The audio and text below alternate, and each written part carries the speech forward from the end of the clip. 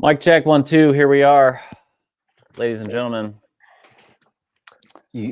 I'm going camping this weekend, and so I figured I had to open with a really creative seating kit that we've got. Melon, the hat company, who has basically innovated, hats to a new level. We're welcoming Oren live from ComplexCon. What's up, brother? Are you in a storage packing room? Yeah. Yes, here we are. Yeah, on the Las Vegas convention floor. I'll let you keep hitting the melon. We can get into that at some point. We'll get a little ComplexCon tour here in a second. Ashwin, actually, we've got an agenda here, but yeah, I'll tell you. We've got Melon who does these crazy hats, right? And they sent me this kit that is like a Yeti. It's like a Yeti full cooler. And it's to like celebrate their new they have now innovated and taken hats. So they usually have like really breathable. Is it a hat? Is it a hat cooler? Well, no. But the hats are cooler. The hats are for cooler weather. So they're like, felt and have this like, fur brushed lining for like the fall. And anyway, it's a reusable seating kit. I'm super obsessed with seating kits that actually do something and will actually be used. So you take two premium brands, Melon and Yeti, you put them together, and you actually give people something that is useful to them. So it's a good start. Oh yeah, that looks great, and yeah. I love the hat on the dome. You're really representing fall here. I'm really representing fall. I'm actually going camping this weekend, so this might have to make its debut. Family camping trip or boys camping trip? Boys. It's the boys. Wow, love it. Son. Yeah, it's going to be fun. Ashwin, why don't you tell us what we're going to talk about today?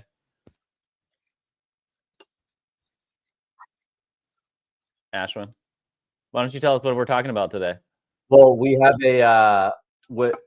most topically, we got Tyson versus Paul tonight, a very big fight. And then we got another minor fight happening in the world of collabs and merch. Sweet Green, their latest camo drop versus Market and Mike Sherman's. I was gonna go see if I can find the Market booth. We could try and just ask live. Just get them live. That would be incredible, wow. Dude. You should. Yeah, we got a live on the ground ComplexCon status from Oren. There was a influencer / creator brand, pajama brand that launched this week, which has just been creating a ton of TikTok controversy. We got Malbin and you said that's a pajama brand? I'm not gonna lie, I haven't looked at this because I've been Vegasing, but it is a pajama brand. Yeah, we'll get into it. It's a pajama brand launched by a couple of creators, mom creators who launched these pajamas at $100, which without knowing all of the details of them, it's like, okay, that seems fine, but there was quite a backlash. So we'll get into that. We got Malbin, and then to round it out, we got Spotify making some big announcements in the world of getting into video, because everyone is now video first. So that's interesting for us, and I think it's interesting for kind of brands, podcast ecosystem at large. Jordan, we got you on mute there. What are you saying? Gosh, sorry. Hopefully the brand brothers will make some announcements about streaming video and podcasting as well. Yes. You never know. It would be on brand. Hell yeah. That's true. Touche. Where should we start? Oren, do you want to give us a little in behind the scenes at ComplexCon? Yeah, I guess I can walk we can do this little, I can show you all the massive, the giant space. I'm not near, there's like, blow up elves and massive caverns and all this. This booth is pretty cool. These guys ditch. So set it up. What's happening at ComplexCon? Right, have you been there before? What are we looking at? So I've been to ComplexCon a bunch. This is the first year that it's in Las Vegas, but this is basically a place where all of the like culturally relevant streetwear, sneakers brands, and anyone that wants to be relevant in that space, like we got Chips Ahoy and Guess and people of that nature that all come here to debut stuff. And it's huge this year because it's CactusCon. It's Travis Scott is creative directing it. So there's all these big brands here. Rick Owens is here. Diesel is here. People you wouldn't normally have. There's a massive Nike little Yachty cement truck right when you walk in. Wow. There. Wow. And so, and it is, it's a whole thing. And so small people like me, you can see my booth is a pretty modest 10 by 20 here that we're just getting set up. So yeah, I'm just here like with my new brand, showing it to new people, giving stuff away on the internet, and or to people I've met on the internet that I get to meet in real life, and just like trying to get more known, make some sales. You can sell on the floor, so people do debuts. Like Vandy, who's kind of a legend, he's like 2 booths down. He's doing his Pokemon collab, is available here, which has been like massively blowing up all over the internet. And so basically people can come, they'll be like, the youth will be lined up here tomorrow morning. But yeah, it's full trade show life, man. I was like, but literally my packages got delivered. I've been freaking out going to Freeman. I don't know how many of you guys have done trade shows significantly before, but Freeman's like the warehousing people.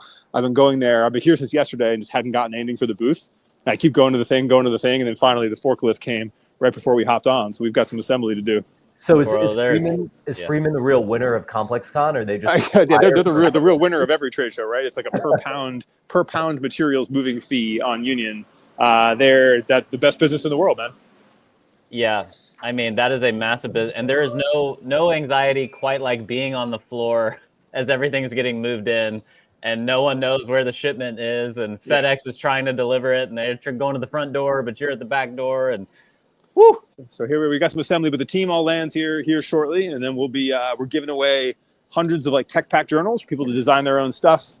I've got all the mood boards and stuff up from the brand. My boy Anthony made this massive folder, for the booth display, and I got a videographer. We're shooting like 10, 20 videos, and yeah, man, this is the life. So cool. Land Force was texting me at midnight from Aria, being like, "I'm playing roulette."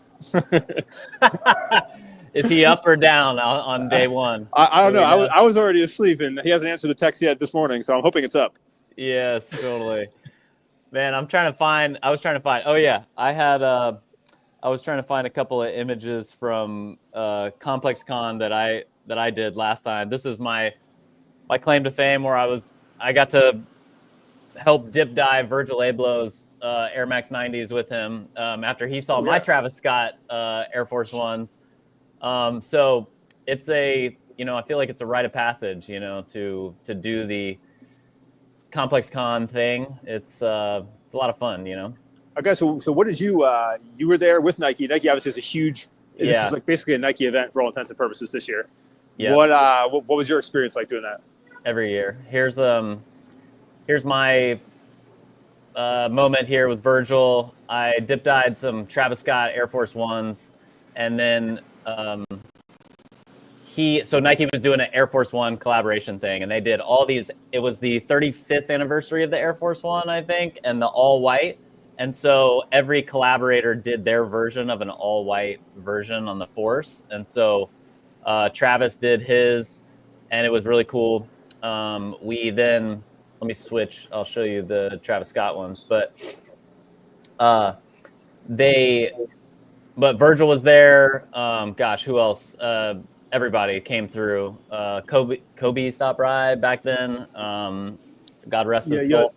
There's a massive down here. Speaking of that, there's a massive Tide. Tide detergent has like a vintage thing with Kid Super, which is there's just like you see the brands start to really whip out their activations. Yeah, totally. It's actually really cool to see. I love that you're doing like a smaller booth, Oren, because I actually think like the scrappy marketer and creator in me, that's where the battleground is. Of course, the big brands are gonna have like cool activations, but like if you can do a lot with a little, that's the things that really actually stand out. Yeah, for sure. And also like I got 10 by 20 booth. I'm definitely like 10 grand in. I'm not out here dropping 100, Yeah, that's a real thing.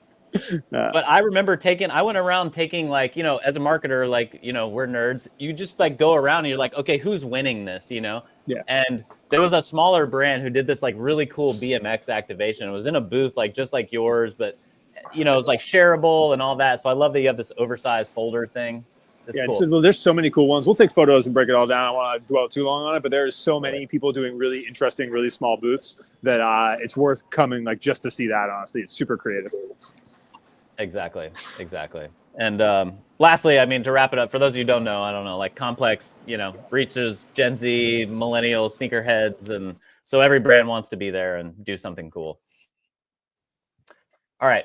Oren's going to continue to lay in. Ashwin, where do we want to start? Do we want to start with PJs or do you want to start with this Mike Tyson fight? Let's talk about the Mike Tyson fight. I don't get terribly amped up for boxing matches, but I am very stoked for this Tyson Paul. I don't know. Have you been watching all of the just like the lead up promo stuff between them? No. I mean, like my entire feed is just like all Jake Paul training, Mike Tyson training, both of them like talking shit to one another. No. Okay, so this is just my FYP. Okay, got it. Well, I assume that a lot of people have it in their FYP. I have seen some of it, but I just don't care to watch a 60-year-old boxer and a YouTuber like duke it out, you know. I know a lot of people do. But, you know, I saw Tyson slapped him, you know, to start this match. And then there was a Netflix lead-up series. I mean, more interesting, I think, is that Jake Paul, this creator, has basically, you know, created this incredible. I don't know, like he's rebranded himself in such a wild way. It's really fascinating to see, you know. Yeah, I think it's, you know, we talk about this as kind of like, you know, creators of like you have this kind of like you have this reach within a certain domain, right? He's obviously huge on YouTube, like, you know, magnitudes greater than we are, but like how do you kind of like jump that shark to get like on a even bigger stage? And, you know, they've been like promoting and teeing this up, and I think it had been pushed a number of times, but like him getting on the stage with Tyson and like all of the PR that surrounds this, I think is really just like pushing him out. Yeah, I think, you know, Antonio's right here in the comments. He's going from like more creator to celebrity. Yeah. What I think is, you know, is interesting as I just look at all of this stuff. So Jake Paul, we talked about him launching his deodorant and kind of shampoo, hair care brand, body care brand earlier this year. He had a really good rollout, and he has been continuing to promo it. If you want to pull up his Instagram, you know, in his bio, it's like still it's called W is there. In some of the shirts that he's wearing, there's like a big W logo on the back. So he's obviously getting a ton of like press and attention for this fight, and he's just weaving in the brand just as kind of like free PR for his own brand, which I think is obviously, you know, to his benefit. And what I thought there is I've seen him do more with this brand.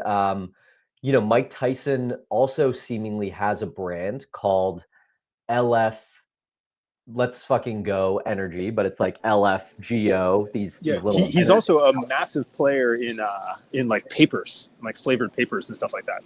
Oh, which is interesting. Yeah. Rolling papers we're talking about. Yeah.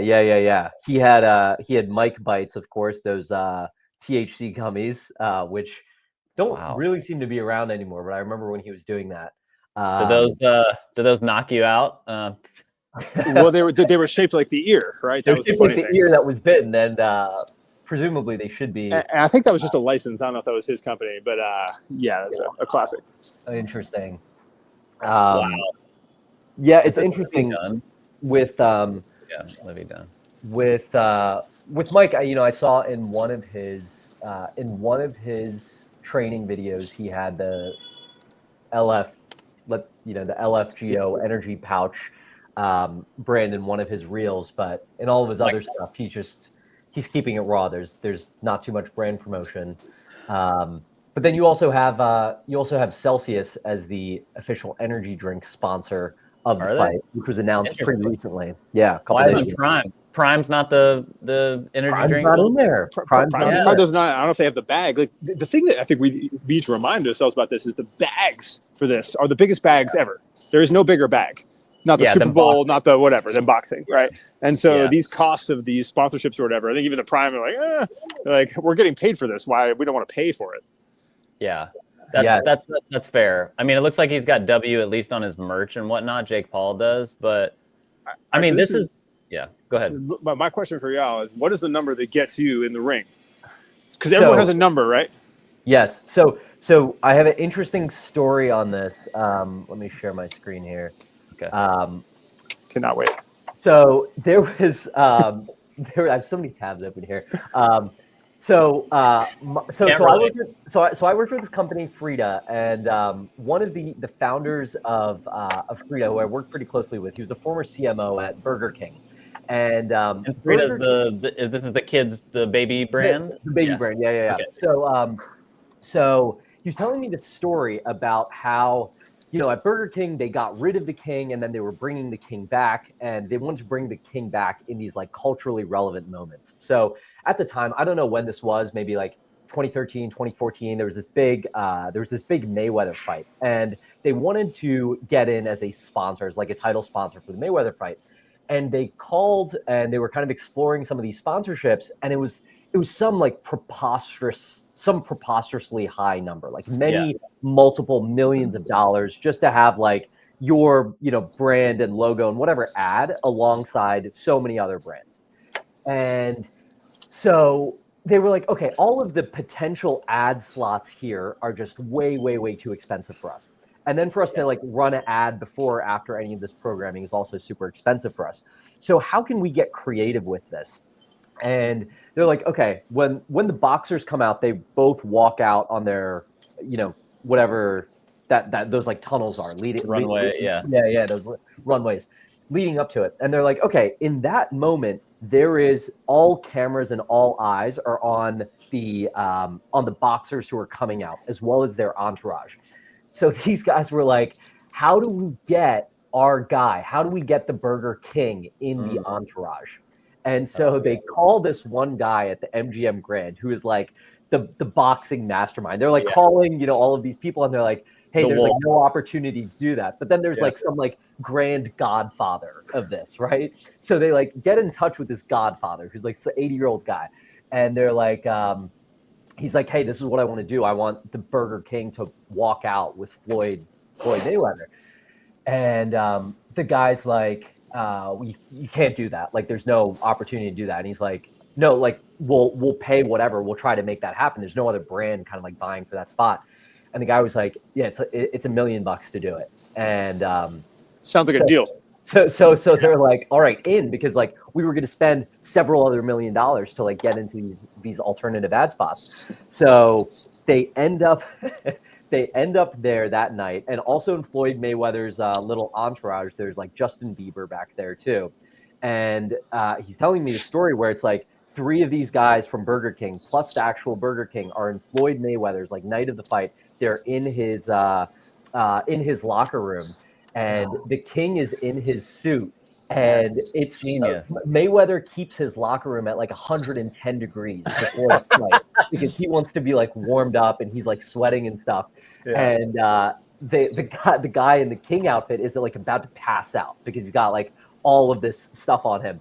And this guy was a CMO Burger King at the time. He's like, dude, we paid $1 million for this. Like, you cannot pass out. And so they're like trying to keep him alive. They're like, giving him water and ice under this thing. And then what they also had to do, because there are all of these like security guards along the way, because it's not like an official ad slot, they are concerned that the security guards are going to like try to tackle the King. So they have this thing where they're like, yo, if you get tackled by the security guards, like don't go down without a fight, So like last minute, they're like paying off the security guards like in cash to make sure that he's going to go through without a hitch. And they end up getting like a ton of exposure for the King. They got like a ton of like media press for it. This is incredible. This is an excellent story. This is a 10 out of 10. Yeah, this is 10 out of 10.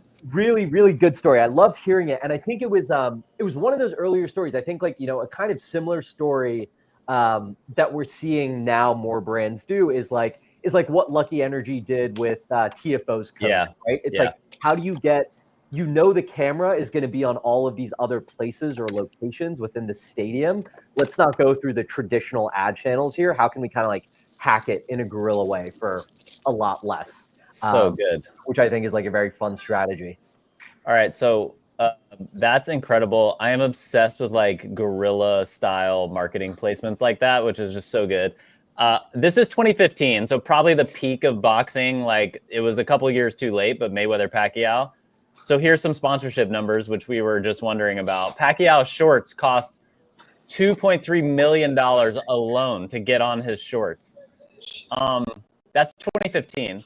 So then it says Tecate Beer was the title sponsor with an estimated $5 million bid, 5.5. Wow. So that's for center of the ring and signage in and around the venue. Rupicom said limited space available on the fighters' apparel, $2.3 million for the shorts. Minimum overall sponsorship with Pacquiao was at $1 million. And Oren, to your point, only the Super Bowl compares in one-off sporting events in terms of sponsorship. Pepsi paid $7 million for its halftime show rights. Wow, that's actually way less than I would expect comparatively to these numbers. The ad slots, yeah. Yeah, totally. All right, so the question still stands: how much does it take to get you guys in the ring? You know what I'm saying? To go fight? Yeah, to go fight. Oh gosh, there's no amount of money. You can't put I'm sorry. Yeah, I'm sorry. But Mike Tyson's 58 years old, getting, what is he getting? It's like 65 mil or some shit. Like are you saying? Oh my gosh, yeah. All right, so let me say some. Who am I getting in the ring with? Yeah, yeah, and a rival influencer.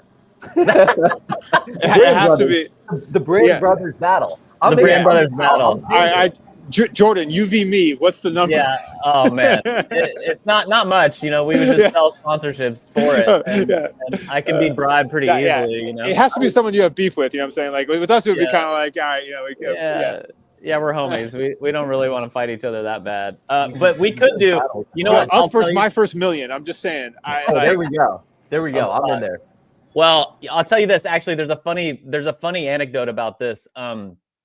The Barstool Sports. So I was gonna say, like, we could battle with people in our comments who are just like dickheads, but Barstool Sports guys do something really funny where when they find the meanest commenters on their golf content and then have their host play them 1v1 and record it.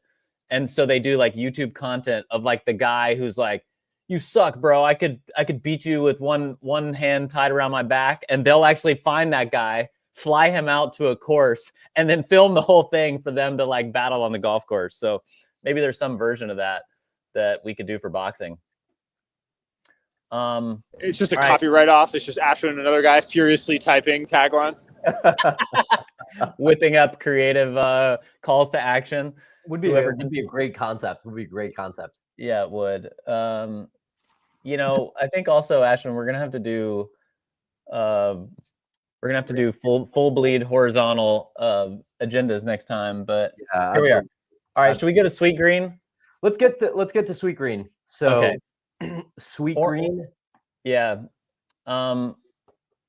Oren, do you want to set the stage here? I can set the stage here. So basically, so Sweet Green announced this merch, Kale Camo. Super fire idea. Obviously, we've talked extensively about the renaissance of brand merch here. I actually do want to shout out, there was some GQ writer or someone who was like, branded merch is dead like 4 months ago. And it was like, yeah, brother, like sick try. But anyway, so this is sick. Super positive response from the community. Everything was solid. But then Market, who is a very slightly controversial, but very renowned for doing lots of great design, great streetwear, a lot of these kind of spin-offs, who pitch a lot of corporate merch like this, were basically like, hey, we pitched this. And we pitched this exactly, like literally this exact thing. And this got obviously a ton of attention. And then there's a firm that was hired to do this. I think that's where the interesting kind of question goes, is now the firm that got hired to do it, is it like something where Sweet Green was like, you're going to do this exact thing, and we're just going to pay you to do it? Did they come up with the same idea in a vacuum and no one was around for, but September 2023 to me is like, yo, they just recycled this, and for whatever reason they didn't like Market. I think it's a really interesting scenario. What are y'all thoughts? My first thought is, I think there's two like things that we need to, and I know Mike have met with him before and love their work. The problem with this in streetwear, as Oren, you're deeply indoctrinated, especially there in Complex Con, like the fundamental foundation of streetwear is that you're kind of doing logo rips, and you're like, look at Market. I mean, right here, that's a Modelo. Well, I mean, you know, there's a Marlboro logo that they're ripping. Like, that's actually front and center. That's just what they do, right? So he got really famous when Mike, you know, doing a swoosh ripoffs, you know, at, you know, Complex Con and stuff like that. So, you know, it's just kind of part of the lore. Like, there's the Marlboro ripoff that he's doing right there. So what is that line? That line when there's lore around, okay, we are a new brand taking chips off nostalgic things versus we are pitching a corporate brand with an original idea. Is that the line? I kind of think that's the line. It's got to but be. I think it's but it's very interesting conversation. The second thing that I would just say here is I think you see this a lot on social, where I think especially like younger creatives think that they're getting ripped off when you're like, really, like, it's not like that wasn't that creative of an idea. Like, it's not that hard to think about it. But like, this is, I mean, he has receipts. So a lot of people will say are pretty interesting. Yeah. Yeah, he's got the receipts, which is very different. He's got the documentation here. What is this, Ashwin, that we're looking at? His email? Yeah, so we're looking at his email. So this is on Mike's and Market's Instagram channel. So this is his email to the co-founder and creative director, saying, "Hey, we have this great concept for you. We want to take your iconic silhouettes and colors of kale and arugula to create a custom camouflage pattern out of them for a collaborative collection." And then Nathan says, "Hey, can we set up a call to discuss?" And adding our creative director, Jillian, here as well. So then they said, "Hey, we pitched this idea to them back in September of 2023. Here's our, pitch deck." And then after presenting to them, we never heard back. And then these guys launched it today, and they launched it with a totally different agency, whatever Everybody World is. So they posted this. This post has 26,000 likes. So, yeah, if back in the napkin, I don't know, maybe like 1 million views on this, possibly more. But what I think is really interesting about this, or what you have to consider as a brand, is if you now go to Sweetgreen and you go look at introducing their camo stuff. I mean, look at all the top comments here. Oof. It was stolen, crazy idea. Up with it, y'all are getting cooked, stolen idea alert, give credit where credit's due. Oof. I mean, they are. So if you're Sweetgreen, how do you handle it? Ooh, good one. Step one: steal an idea from someone else. Ashwin, you're our resident PR. I was talking about this yesterday, talking to a company about this kind of. Yeah, Ashwin, what do you do? This is your. We are both obsessed with this concept of like, how do you handle controversy with social? The content is in the comments. This is a tough one. Like, I think there's obviously like the thing that you do ahead of time where you have to realize, like, hey, if you're working with someone who has this audience and they've pitched you on this concept, like, you have a kind of, say you're a really small creator, for example, say you have like 1,000 followers, they like pitch you this idea and you're like, all right, whatever, we're not going to work with them for whatever reason. We want to go this, like, a different direction here. You can kind of think like, hey, we're not going to get like blown up in a crazy way, even if this creator like feels slighted just because they're like not a big name. Here, you're working with guys who like have a pretty decent following and a pretty decent audience and kind of like made a name for themselves in this space. So it's like, all right, you're already entering risky territory here. No matter whatever happened behind the scenes, you're entering risky territory here. I also wonder, there's always two sides to the story, right? And so like, was there a whole angle here where like, there was like some dispute and Sweetgreen like didn't like XYZ from Market? Like, we have no idea what the full story is. I was going to say, I think that the answer probably here has to be a personality issue, right? It has to be like, we just don't like these people. No, I honestly, I don't think it's probably that nefarious. I think like if Market pitches it and they're like, man, we love that kale camo idea, but maybe we don't want to do this whole thing with you, or the terms aren't right. And it just gets planted in the founder's mind. And then as they're talking with agencies over time, maybe they're working on something else and they go, oh, hey, we had this one idea for like kale camo. Like, what do you think that would look like? And then some other agency does it. I don't know. That's probably being too generous. You should definitely compensate people for their ideas. That's a tough one. I would try to rectify it. And like, if I were them, I think Instagram does an amazing job with this. They put Adam Mosseri, the CEO of Instagram, basically all of his content is responding to people's complaints about Instagram and answering questions. And so like, if I'm them, whoever this guy was who was called out as one of the co-founders, I'm getting on Instagram. I'm going to invite Mike and the Market team to come do something bigger, like together, perhaps over a salad. I don't know. I almost think like I think also this angle of it where it's like, relative to Sweetgreen size, it's like not that big of a controversy for them, and it's Yeah. just not that big of a deal, even worth addressing. There's like much more activity on market side than there is on Sweetgreen. Sweetgreen obviously has some of the negative commentary, but it's one of those things that like people are gonna like forget and move on. Like no one's like boycotting Sweetgreen en masse because of this. So I think there's probably this angle where they're like, hey, we're not even gonna like go any further. Like we're not gonna like create a further beef out of this. Like we're just gonna keep our mouth shut and move on. Again, because like who actually knows like the true story behind this. But what I do think is interesting, like there are other brands that are being kind of opportunistic about this. Maybe opportunistic isn't the right word, but like you have Arby's in here, you have Red Lobster in here. Like, can we get a collab? So, I wonder if market takes up any of these guys and like someone else, like a rival Sweetgreen brand comes in and like swoops that collab and they're like, like we can spot you Sweetgreen even in your camo and like we did something better. Like, Oren, who's the rival to Sweetgreen? I mean, it's maybe Kava, right? Yeah, I was gonna say it'd be Kava. Kava's the only really, that has the right size. Yeah, amazing. Okay, look, I got to take a look at a couple of these comments. So Jordan said, I mean, look at that pitch deck. Maybe Sweetgreen didn't take it serious. I will say, like, actually having seen and worked with Market on some pitch decks, that's kind of just their brand. Like, if you're not very familiar with them, like, they're actually kind of real funny, and they throw also, if it's a cold pitch, if you're just like, yo, we should do this, like, that's about right, That's fair. It's because you're pitching the concept. Everything else is just hours of design. Yep. Michael says Kava needs to jump in. Ashwin versus Verizon CEO for our boxing match here. For fists. Ashwin would pay for it. Yeah, no doubt. Who else would I want to go up against? God, really, I don't know, the DMV or something. And then any thoughts on Gruden going to work for Barstool? No, I mean, that just seems pretty, seems pretty standard and not shocking. Oren, your Ritz-Carlton video made it into Josh Souza's sports marketing brief this week. Oh, I don't know who that is, but shout out Josh. Bose.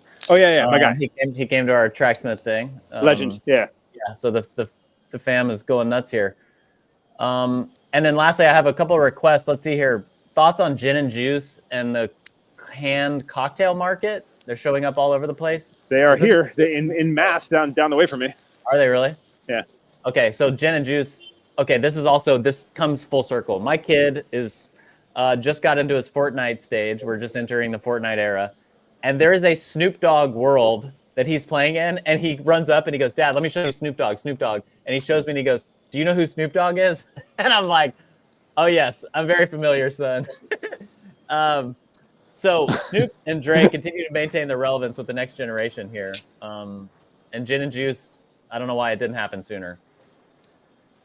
And then lastly, World Cup talk. I don't know. Leading up to World Cup here, Owen, not sure. It's too early for that. We're doing last week in marketing, not next year in marketing. So more World Cup talk on the way. So next year in marketing. Indeed. Next year in marketing. All right. Who's up next on our agenda? Let's see. Ashwin. What is that? We got Complex Con. We talked Complex Con. Pajama. Are you bringing pajamas up? Yeah, I got pajamas up. Okay. So we have we have a couple of creators, these two creators, and I'm just getting up to speed on this because I don't follow these creators. So you have Cecily and Samantha Bachman. They are creators on TikTok and YouTube with several million followers among them. Oh my gosh. I happened to stumble on them last night. This is the controversy. I happened to see their videos and I didn't see what it was, but all these people in the comments were like, I'm so sorry you're getting so much hate. I'm so sorry you're getting so much hate. But anyway, okay, go ahead. This makes sense. So they are creators who have like built their following around being, I think one is like a mom of four, makes just like very relatable content about like being a mom, like having routines, and has like built this audience of moms, right? Who are raising their kids and like balancing their careers and just like the day-to-day like struggles in life and parenthood. So they launched this PJ brand for the mems. And the PJs are $98. Okay. And let me just pull up this video because there's many analysis videos from people who follow her, and I think these are as someone who sells a PJ set for like 160, they're not doing too bad. All right. Okay, let's go. But that's not relatable, probably. I'm guessing is where the takes are coming. yes. So Well, also, I mean, that's what I think here is like their expectation is they're going to sell something that's the same price as what you get at Walmart, and guess what? They're not doing the quantities to be able to do that likely. Okay. And especially if I don't know what it's made of. Does it have the materials listed? Can you look at the site? It's polyester and rayon. Yeah. Well, then I guess they probably can't afford it. Either They got taken by their merch company. Here's the things that happen with this, right? Is that they had got some company to help develop that upcharges them 30, multiple X, whatever it is that it actually costs. So when they go to price it, and they're like, cool, we need to make our 3X or our 4X or whatever it is, they've already paid $25 for some polyester pajamas, which should cost them $12, or they just don't know any better, or they want to make a 10X margin. Those are kind of the options that are there. Mm-hmm. So let's watch this. Can you hear? No. Can't hear that. Why doesn't that work?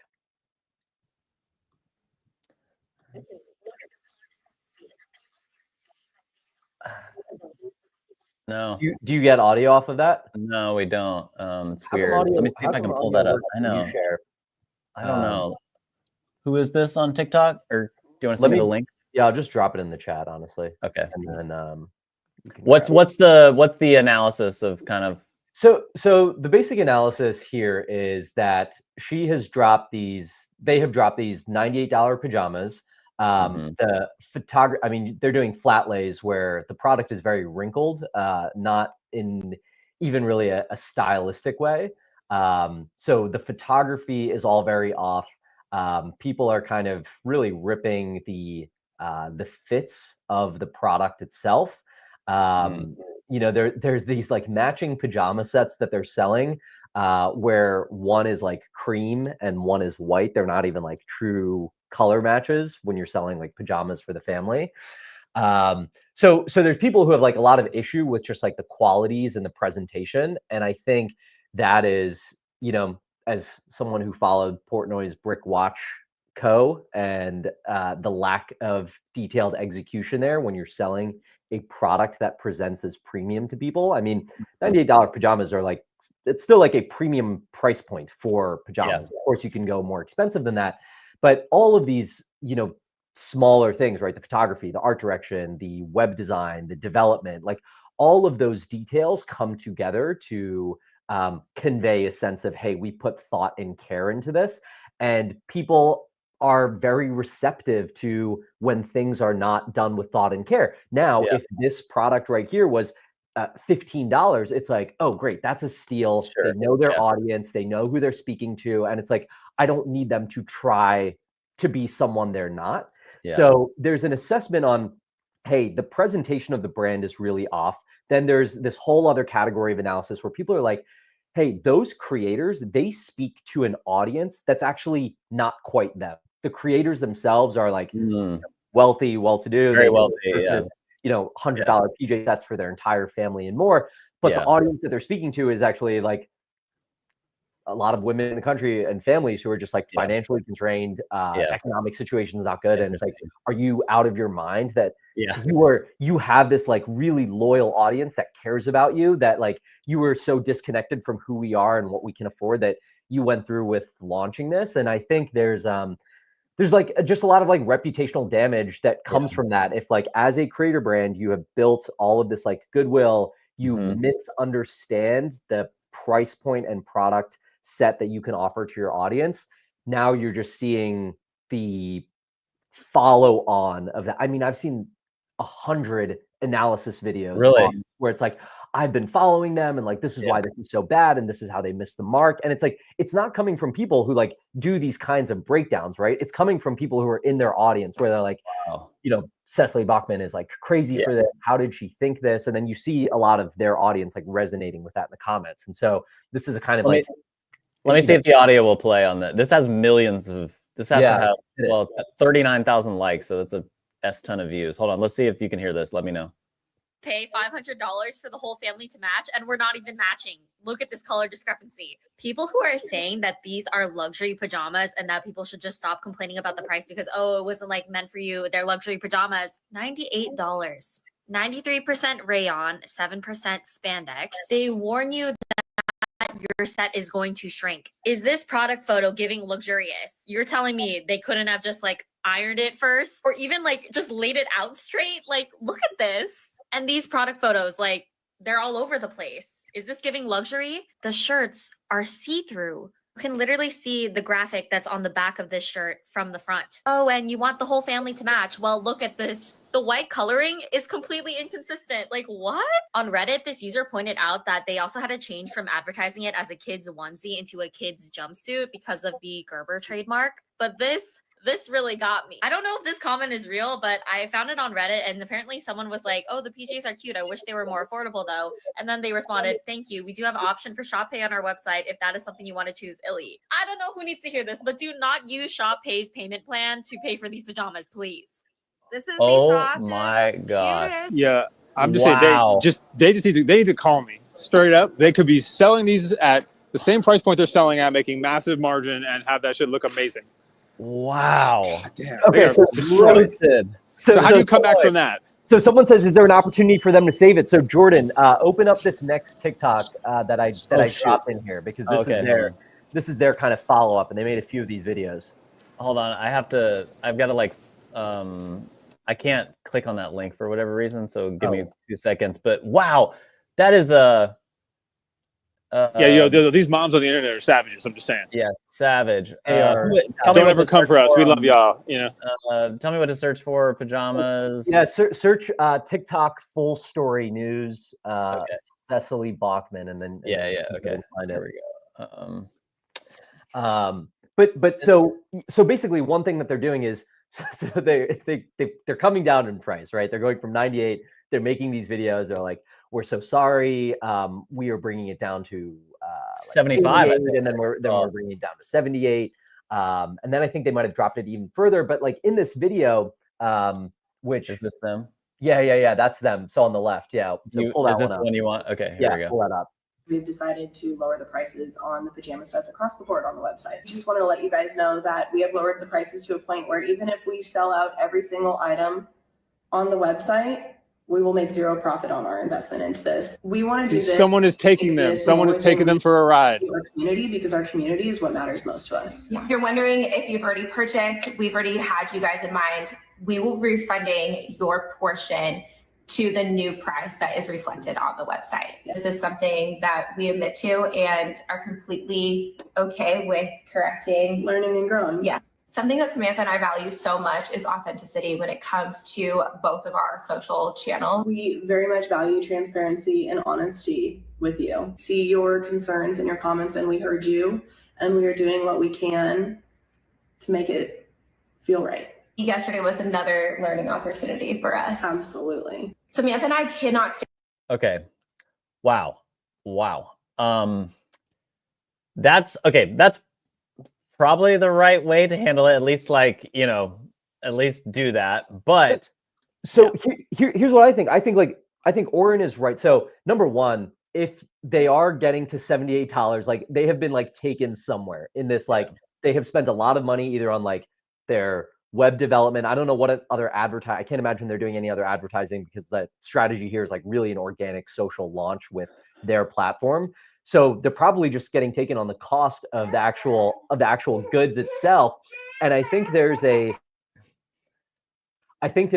lot of brands, and I see this in ads all the time where brands will be like, hey, why is our like matcha more expensive? And it's like, here's the cost, and like, here's the cost of materials, and like, we're a small business. And like, because of that, and it's like, listen, ultimately, like the consumer doesn't care about like your operational like inexperience or like your margin issues. It's like, if you have to price your product to earn a certain margin, like you better figure out the go-to-market strategy or the distribution channels where you're going to find that audience that's going to pay that premium price point or execute in such a way that it fits that premium price point.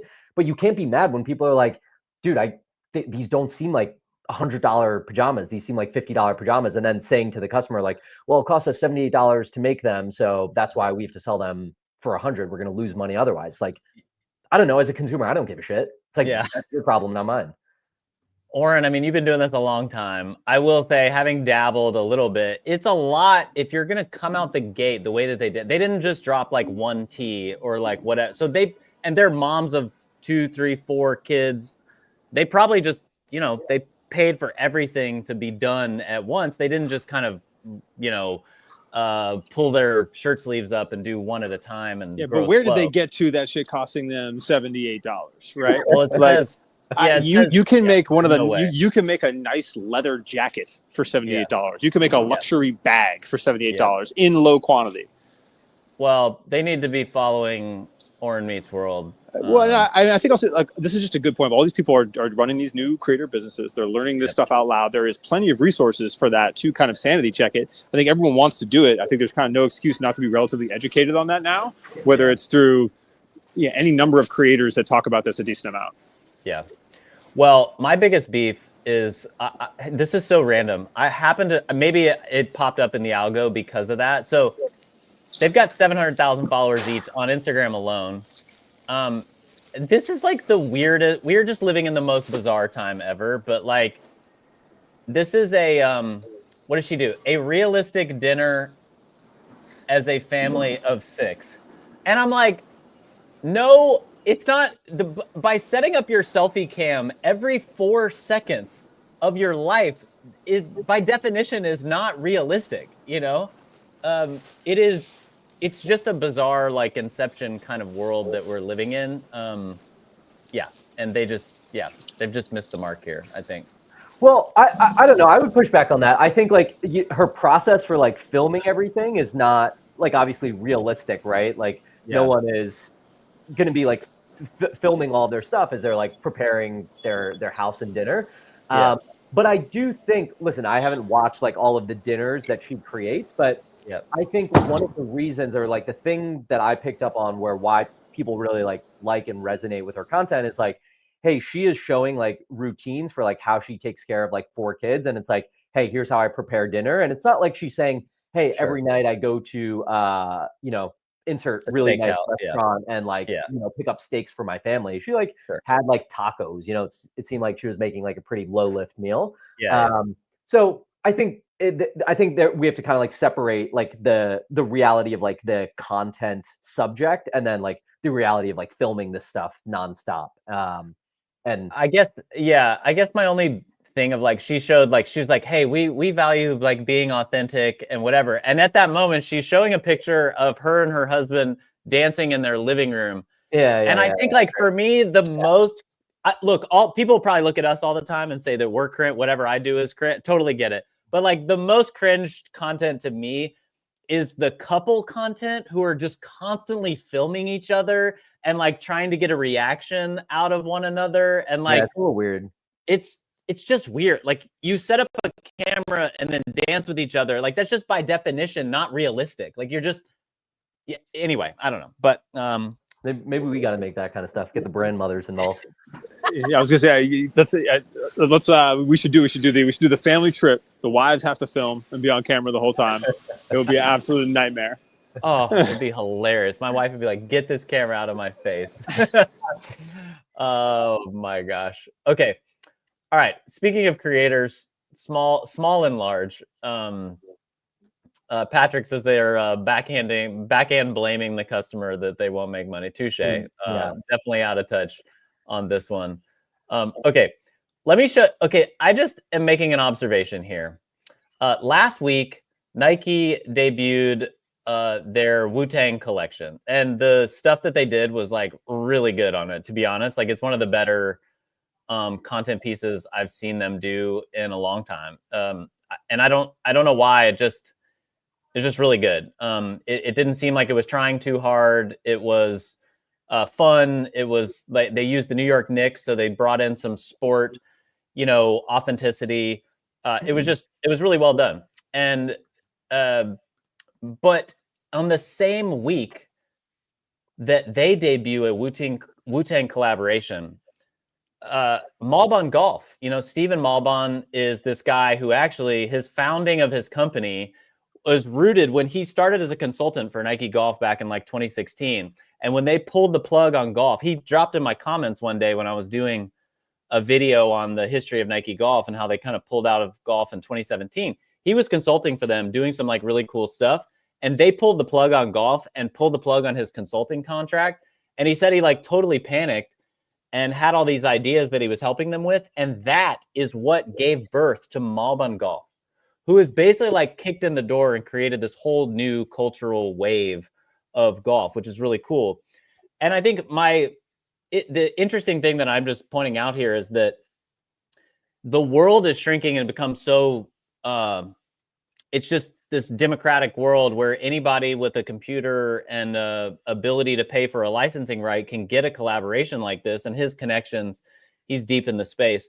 But he's got a collaboration with Wu-Tang the same week that Nike, a whatever $60 billion company, has it. It's just a really fascinating time where the world is flattened quite a bit, and you don't have to be one of the big brands to be able to get a collaboration with one of your favorite bands or artists or anything like that. But they're still, so a couple of notes on this. Like Malbon's still like sneakily massive. Yeah. So it's not like you can anyone, but there is. Like I had the same epiphany when I went to the licensing expo in Las Vegas. Yeah, you talked about this. Tell us more about it. So basically, it's a trade show. I think almost in the same place I am right now. You can go booth to booth, and you'll literally see like there's one booth that just had heavy metal licensing, and literally they had like Represent has the Metallica shirts. So literally had them hanging in the booth, right? So you can go there and you can say, hey, for 13% and $25K or whatever, you can run Metallica. And you can, here's 45 other bands we have at different, and there's a Master P No Limit section. There was every cartoon, there was Squishmallow, there was whatever.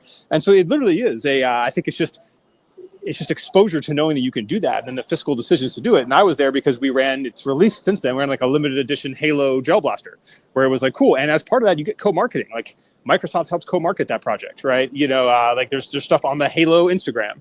And so I think it is a really good opportunity for almost any brand, to your point, that almost anyone can do. And really the only precursor is money and some level of acumen. Yes, and I see it now, like it's even more prevalent with licensing of teams is a great example. Like there's a ton of brands now. If you look here, this is Malbon Golf doing a Cleveland Cavaliers collaboration here. That may be because, J.R. Smith is deep in there and he used to play for the Cavs, or because Daniel Arsham is the creative director for the Cavs and him and Malbon have done stuff together. But like, it's just really wild that, Malbon obviously is crushing like in terms of business, but he's nowhere near like a multi-billion-dollar business yet. Yeah, exactly. They're not Nike, but they're still. Go look at how many stores they have in Korea, and you'll be like, oh. Yeah, but like the other comp to this to me in licensing would be like Warren Lotus. Warren Lotus is doing crushing with that. It's like a huge part of their strategy. Yes, he's doing these like licensing rights with all of the big teams, and he's doing the Indiana Fever, which is just wild, it's just crazy, New York Liberty. So what are some opportunities of places who don't do this kind of thing who you think should, or like other brands or scenarios that I'd be curious to see if any of y'all have any ideas for, should we be seeing Celsius cans for the Cleveland Cavaliers, Probably. I mean, honestly, I just had to call a guy, a former Tennessee Titan, has started this water company and basically taking the big cans like Liquid Death, and he is doing that for licensing rights for people like Colorado, Shedeur Sanders, and others. So I actually think it's a genius strategy. And yes, you're not too far off, Warren, from a Celsius doing something like that. All right, we got a couple minutes left here. Spotify. Do you want to hit Spotify? Yeah, I think all three of us think like what the changes Spotify is making is super interesting, mostly from selfish reasons, but I think more broadly it's pretty interesting. So Spotify had a big conference this week, or annual conference where they demo some of their latest changes and updates. They are basically pushing pretty heavily into video. So, we've seen kind of what's been happening with short form domination thanks to TikTok, then Instagram Reels follows on, then YouTube Shorts follows on. And what we have probably seen over the last 18 to 24 months is podcasts looking at short form for distribution, because you get all of this organic reach from short form video. So you take an hour-long episode, you chop it down, you find the really interesting clips, and then you promo that on Shorts, YouTube, Reel, TikTok, etc. Spotify, I think, is asking this question of, okay, how do we compete in the video space, especially as more podcasts are integrating video? And then number two, how do we also be the source for organic reach for them, so people don't have to chop down those clips, put it on TikTok, because we kind of want to keep this a closed ecosystem. So I think they kind of observed that behavior, which is really interesting. And then they said, hey, when you have a video podcast, we're not only going to promote it in a kind of discovery feed, but we are going to offer that place where you can just swipe through clips. And so now if you open up Spotify, there's just a feed of podcasts that you see clips from it. And then right here, you can tap on that podcast, listen to the whole thing, and then watch the video there itself. That is wild. Yeah. As we were looking at this, I kept wondering, I kept opening my Spotify app and being like, what is this feed they're talking about? But I guess it's on a brand new update. No, I don't even know if it's on a brand new, it's still not, when you hit home, it's not like your first feed is now a video feed. But if you go into home and then you go into podcasts, even in the podcast feed, you have to search discover new episodes, and then you'll start to see these clips. Wow. So I think it's interesting what they are doing here. I think from a kind of creator standpoint, it is always what I always watch, and I think all of us kind of do from a brand standpoint, is when a platform says they are investing in a feature, and this can be Amazon, TikTok, Instagram, so on. When they say, hey, we're investing in this feature, you should kind of take advantage of that, because they're going to start promoting either your account or kind of juicing you, or try to build some relationship with you, because you are now this power user of this thing that they're investing in. Totally. So I personally think it's really interesting. And, as we think about how our content syndicates across platforms, that's definitely going to be an area that we play in too. Yeah. Go ahead, Oren. I was going to say, we're about to put this on Spotify. It's coming. We're about to do this. Yeah. So everybody in the comments, let us know, if you're Spotify or wherever you like to consume this most. I mean, we get a lot of traction on Twitter Spaces. We have had a lot of people request for this to be a podcast so that they could listen to it later. And so that's where we're moving. We have officially gotten the handle. We're going to make it video first, and then we're going to try to have video cut downs after the fact in short form. So everybody who's tuned into this so far, thank you so much. We have absolutely glued and taped this together thus far. And we are going to make this a legit thing, mainly because of so much of your engagement and interest. So I'm going to miss assembling a trade show booth, eating a burrito, being half on the camera. I feel like that adds to the authenticity of this. They know it's not just us and our G-Wagons rolling around. Absolutely. Yeah, it's true. But we do want to make it, as accessible for everybody, and make it a good listening experience. I have heard people have said there's some lag this week and last week, so we're working on Ethernet. I'm actually getting Ethernet dialed in. We're gonna have all that. Yeah. I will always be the problem permanently. I know. Well, all of us are. Luckily, the fans make up for it. Yeah. Yeah. Okay. Visuals of YouTube are great, so we will have that. And then Spotify will be great for I think both video and or recap to be able to another just place to go listen to it. Yeah, totally. I do want to shout out, I have assembled a bunch of flooring, multiple chairs while doing this. So this is true multitasking. That's incredible. Well, the audio challenge was worth it. We love it. Look at a man of the people. Oren does not have a bunch of minions running around. He's doing it. His hands are dirty. I am so type A that even though all the minions are literally en route to here right now, I just prefer to have it done so I have peace of mind. I feel you. Blessing and a curse. Indeed. Truly. Y'all understand. We do. All right. Gents, y'all have a great week. We'll see everyone next week. And thanks for tuning in. Thanks, guys. All right, y'all. Bye.